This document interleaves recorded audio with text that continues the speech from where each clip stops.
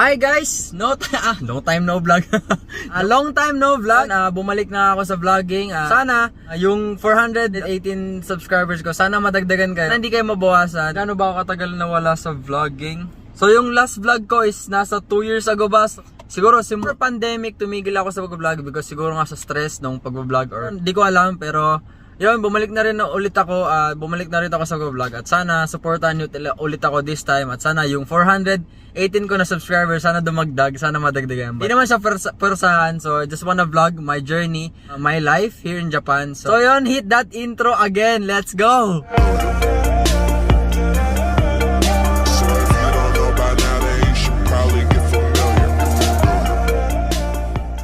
So yan guys, nandito tayo ngayon sa Uniqlo at may papa-alter akong pants bago ako pumunta ng basketball. So gagamitin ko siya sa Sabado kasi nga may pupuntahan kami ng girlfriend ko. Pupunta kami ng USJ at iba-vlog ko rin yan. Yun, punta lang muna ako sa Uniqlo. Peace!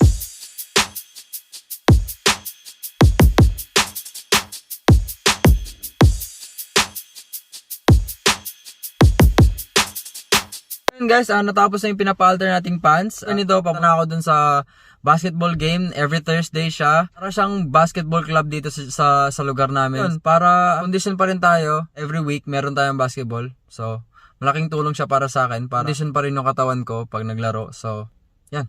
Yan guys, nandito na ako sa parking ng gym. Nag-start na yung iba. Feeling ko alam ko 7 na kasi, so alam ko nag-warm up na yung iba. Late na tayo, so tara na.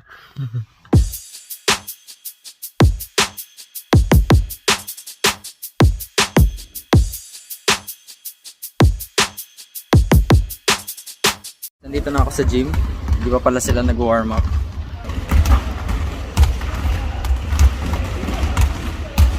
Nag-shooting pa lang sila. So maya maya siguro mga 7:20 or 7:10 magsisimula na mag-warm up yan. So hindi ko na i-video lahat yun.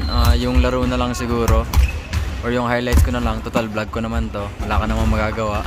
Joke lang. So pero yun, mahaba kasi yun. So yung highlights ko na lang siguro yung i-edit ko. So maya na lang ulit. Peace! Guys, start na kami ng warm up. So anong oras na? So 7:18, so sakto 7:20 nga mag-start. So warm up na kami.